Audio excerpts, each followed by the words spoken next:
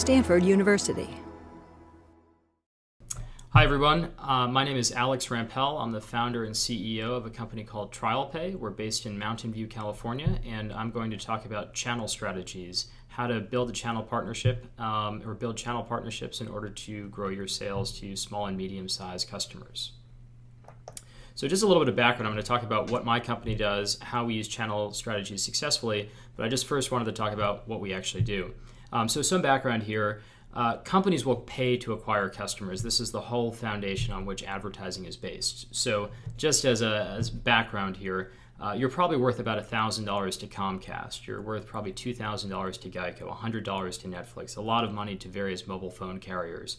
And these companies will always pay some percentage of this lifetime value to whoever will refer you to them.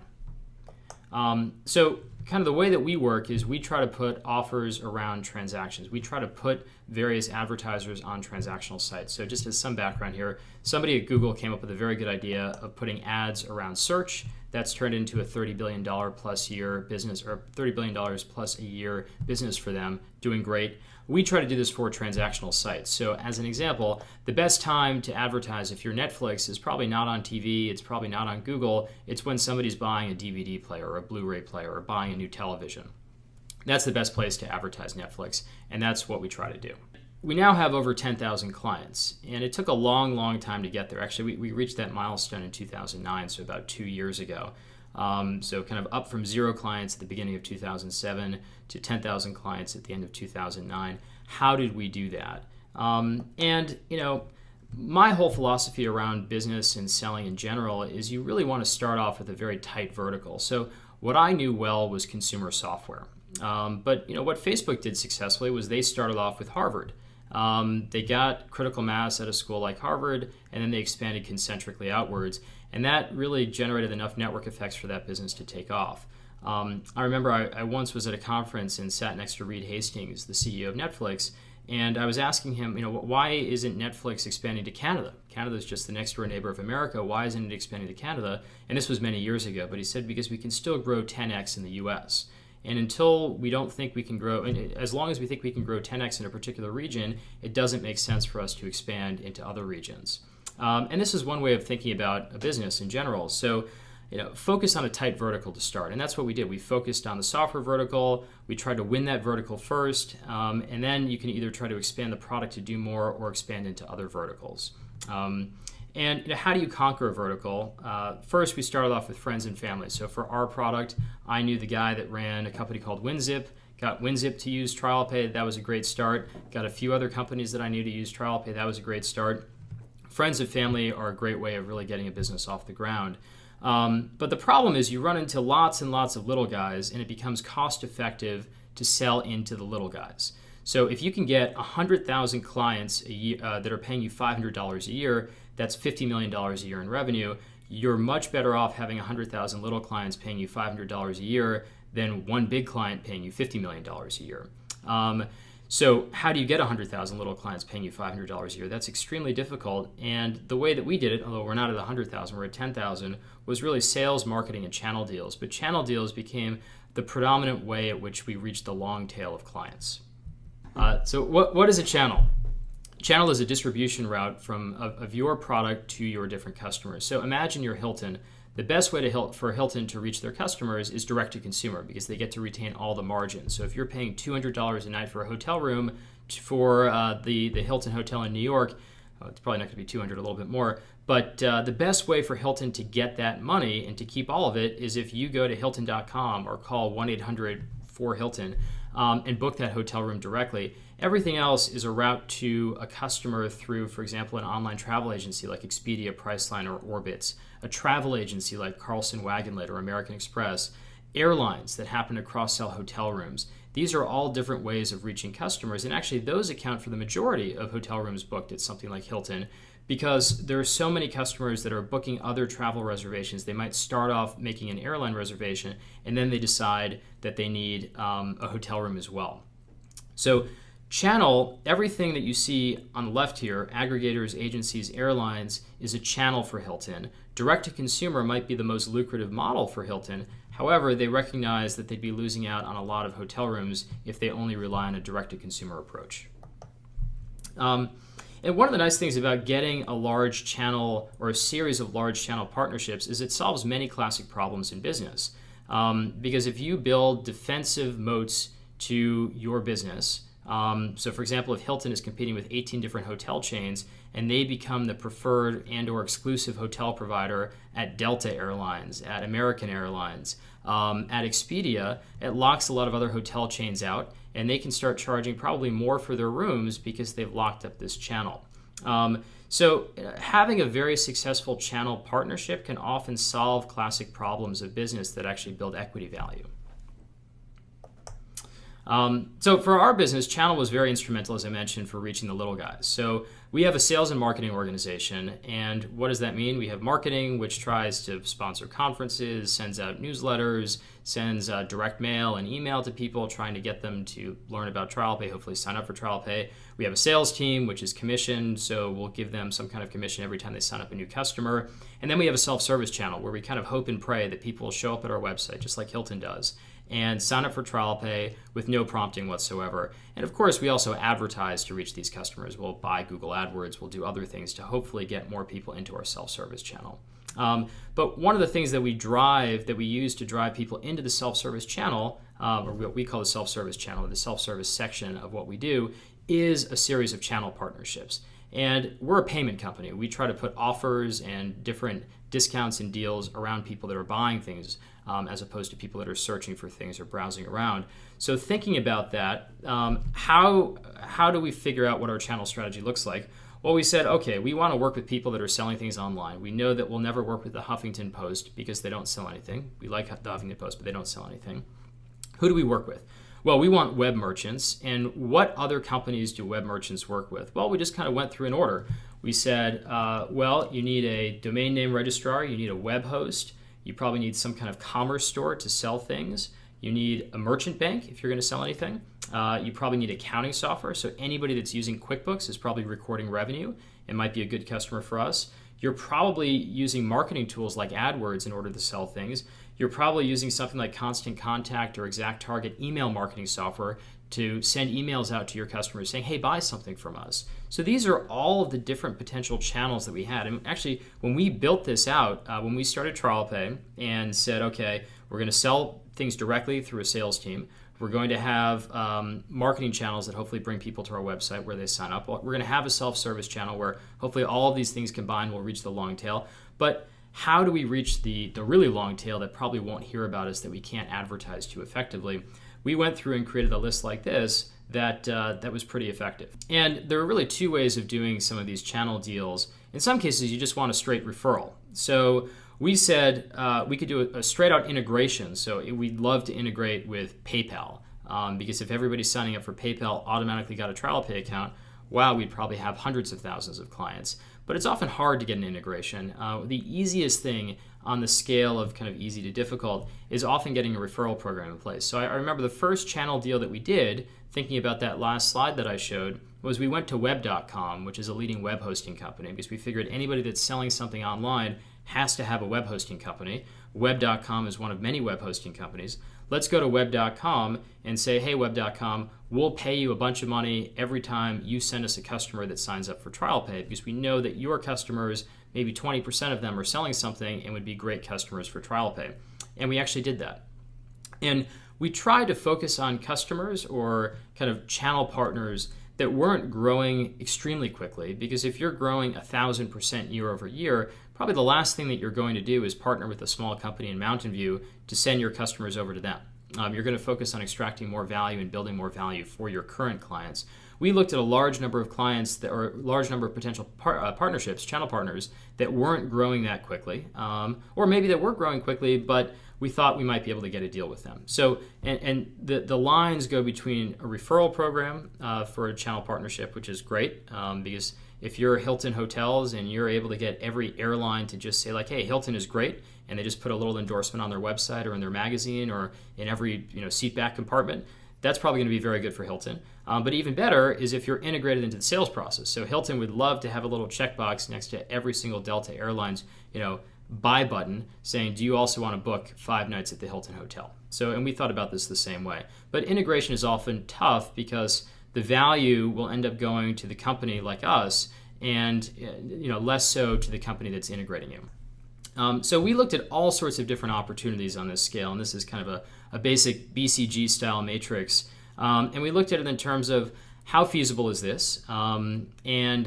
what's the benefit? And kind of looked at where the potential benefit was high and it seemed very feasible. These were the deals that we focused on for channels, because almost the problem was we had too many potential channel partners. We had thousands of channel partners that we could talk to. I mean, there are alone thousands of different web hosting companies, domain registrars. It doesn't stop. So which ones do we focus on? Which ones do we think we had the highest chance of closing? So kind of what we ended up, and this is real data from when we looked at this as a company, we thought, well, PayPal would be great, but pretty low feasibility that we'd be able to get that done anytime soon. Somebody like Intuit would be great, but actually the benefit to us wasn't as high because most people using QuickBooks are probably not online merchants. They might be gyms or spas or some kind of offline merchants. So that probably wasn't quite as good for us. Well, the domain registrars like a 2Cows or register.com, those might be great. Or rather, like, we might have a decent chance of pulling those off, but also those were not quite as core to what we were doing. When Trialpay started, we were really focused on solving this problem of most people won't pay for WinZip or they won't pay for some software product, but they will shop at Gap or they'll do something else. And that's really where we had our core. And again, thinking about how you focus on a tight vertical and growing from there. So we made Download.com one of our top choices. This is who we really want as a channel partner because they have tons and tons of relationships with companies that we want to reach. So we went to Download.com, just looked at their website many years ago. They have 64,000 products, so somewhere in the 50 to 60,000 range in terms of unique software merchants that are using Download.com. So we were very ecstatic about potentially getting them as a channel partner because if they could distribute Trialpay even from a referral perspective to 60,000 merchants, we would almost never be able to reach those on our own, at least profitably. So we were very excited about that. And also, it helped give defensibility to our business. So if we could get integrated into Download.com, and we had many competitors when we started the company, if none of them could get integrated into Download.com, that becomes a competitive advantage for us. And one of the things that's very, very important about channel partnerships in general, I can't emphasize this enough, is the concept of bidirectional relevance. So what I mean by this is that the deal has to be relevant to both parties. So a deal with Download.com would be very relevant to us, but if it's not relevant to Download.com, why would they do it? Why would they prioritize it? So great example here is I'd love to do a deal with Google, but Google has $30 billion a year in revenue. So if we make $20 million a year from a deal with Google, extremely relevant to us as a very young company back in 2006, 2007. If we paid Google $10 million a year, completely irrelevant to them. So the key to making these things successful is this concept of bidirectional relevance. So just because something is a great deal for you, if it's not going to be a great deal or a needle mover for your client, for your partner in the channel partner sense of the word, it's probably not going to work that effectively. So we thought that this could be a very, very good channel partner for us and somewhat of a unique one. And we thought it would be very relevant for Download.com because they were looking to pursue new opportunities and revenue models. And we also thought there would be very strong network effects because if we send more traffic to FTD or Netflix, which is what our business model is based on, we would actually be able to command higher prices from them. So this was a very, very good relationship if we could pull it off. And we said this would be the perfect channel partner for us. So again, I talked about focusing on one vertical, doing it well. First vertical was software. We built a whole model suggesting how large this would be for Download.com. Turned out it was very relevant for Download.com. It's very relevant for us. The addressable market was quite substantial. And this was the first channel partnership that we started.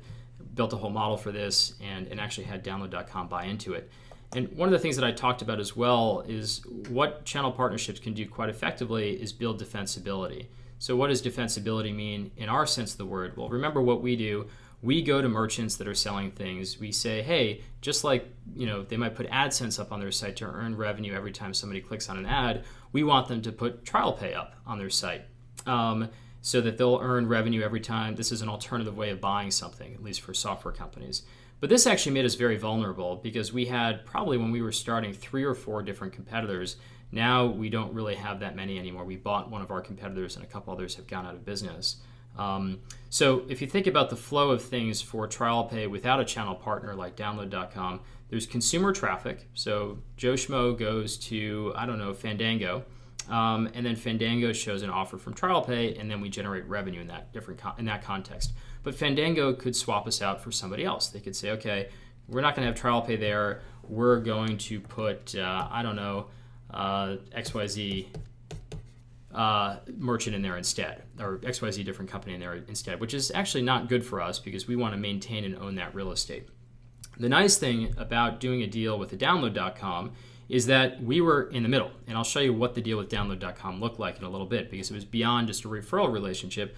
We wanted to actually drive traffic to merchants, which is a very unique proposition. So we want to have bidirectional utility here. So rather than the first example where consumer traffic goes to merchants, goes to TrialPay, and we can get swapped out, well, if we're in the middle, so if we actually have our own consumer traffic and are sending that to merchants, if merchants are using TrialPay, as in the example above, that's a very good position to be in. And one of the things that's very important when you think about channels in general is pricing. And I'll just touch on this briefly. You've probably heard of the term channel conflict before. What this basically means is that channels can't really compete with each other on price. So every time that a retailer like Best Buy finds out that one of the direct brands that they sell, call it HP. If HP is selling HP computers for a lower price at HP.com than consumers are paying at Best Buy is going to be very upset about that, quite understandably, because it means that all of the customers that are going into their stores, all of the money that Best Buy is spending on their stores and on advertising to drive people in, it's almost all for naught because Best Buy is charging more than the products that are being sold in their stores when they're sold directly by those retailers or by those brands. So it's very difficult for channel partners to go compete with the brand on price. And we thought about this as well because we didn't want to make AVG in that last example or WinZip a worse deal because they came through Download.com to reach us than if they went to us directly. However, this is very important. Channel partners can be offered different economics. So by this, I mean Hilton might decide they're going to pay American Express more than they pay Orbitz every time they get a customer.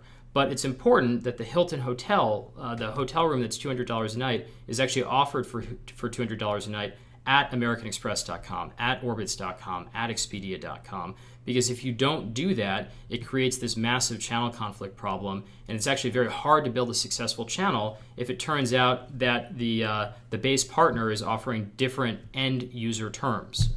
But it's actually fine to offer different economics. Like Walmart, this is the whole concept, by the way, of an MSRP, manufacturer suggested retail price.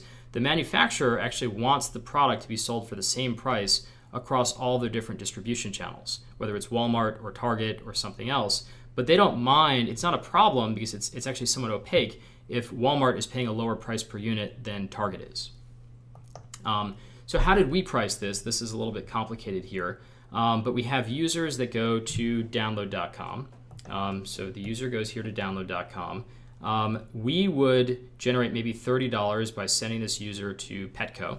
We might keep 6 of that. We'll pay some of it to WinZip, and then we'll pay the rest to Download.com. So this was somewhat of it's a standard affiliate model in internet parlance. But this is one way that we actually built our pricing model because this is a customer that's coming from Download.com, so it's okay to compensate Download.com for that. However, what we did, and we were very adamant about this, is that if Download.com referred us a new client, we wanted to make sure that we weren't offering that client worse terms than if they came to us on their own. So that's what I mean by channel conflict. So this goes back to the concept of focusing on a vertical and doing it well. Once we knew that Download.com was successful, our business development team went to every other download site on the planet, including many that I hadn't even heard of, whether it's a Download Pipe or a 2 Cows or a goldsoftware.com. And it was actually easy to get those because we could go to them and say, we have Download.com. that's one of our biggest channel partners. Do you want to have a deal like Download.com? We can pay you a lot of money. There's bidirectional relevance there. It gave us more distribution and defensibility for this software vertical, and it became a very profitable sales channel for us due to what I would call aggregating effects, because we were able to get so many of them. And we actually ended up getting almost every major consumer software company, and even a lot of, more importantly, minor software companies using our service as a result of this.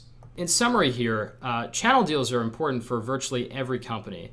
Whether you're Dropbox and hoping to just get word of mouth growth, well, Dropbox also wants to get installed on every Samsung, Verizon phone. That's great for them. That's another channel partnership for them.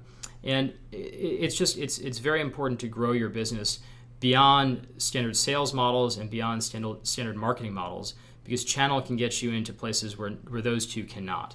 And you can also look at every deal from 3 different lenses, which is how we looked at it. We looked at it from defensibility. So does this lock us out? So Dropbox, using that as an example, Dropbox being on every Samsung phone or every LG phone, and Box.net or some other competitor not being there actually helps Dropbox build more defensibility. It's not just something that gets swapped out as easily. Distribution is another thing that we looked at. That's another lens, and also profitability, most importantly, because if you're a for-profit company, you have to make sure things add up to the bottom line. And if you think about what channels and how to build your channel, the key thing to think about is complementary goods and services. I can't emphasize this enough. So, if you're Pizza Hut, like Pepsi did this. Why did Pepsi end up buying Pizza Hut effectively through Yum Brands a long time ago? Well, because Pepsi is this very high margin sugar water, and they wanted to get as many deals with restaurants as possible. Coca-Cola has locked down McDonald's for many years. That's a huge distribution partner for Coca-Cola.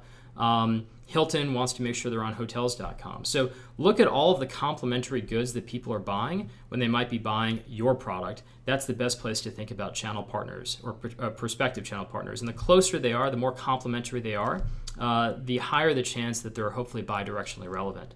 Lastly, despite the fact that I really like channel partnerships and they can be extremely valuable, a direct relationship with the consumer is absolutely the most valuable. If you don't have to go through any channel partners at all, and you just have people showing up at your doorstep, that's going to be the most valuable. And in some cases, you can even cut out the channel partner. What made Google successful? Nobody had heard of Google.com probably in 1998 or 1999. They did a big deal with AOL. They did a big deal with Yahoo. Those were channel partners to get people searching at Google.com, or rather at Yahoo or at AOL, where that search was actually powered by Google. But most importantly, people realize, wow, this Google thing is really good. I'm going to go direct. And Google is a very valuable company today because they have so many people that show up at their doorstep directly. But actually, I would argue that they built a lot of that success through channel partnerships. So thank you very much. I hope this was helpful. For more, please visit us at stanford.edu.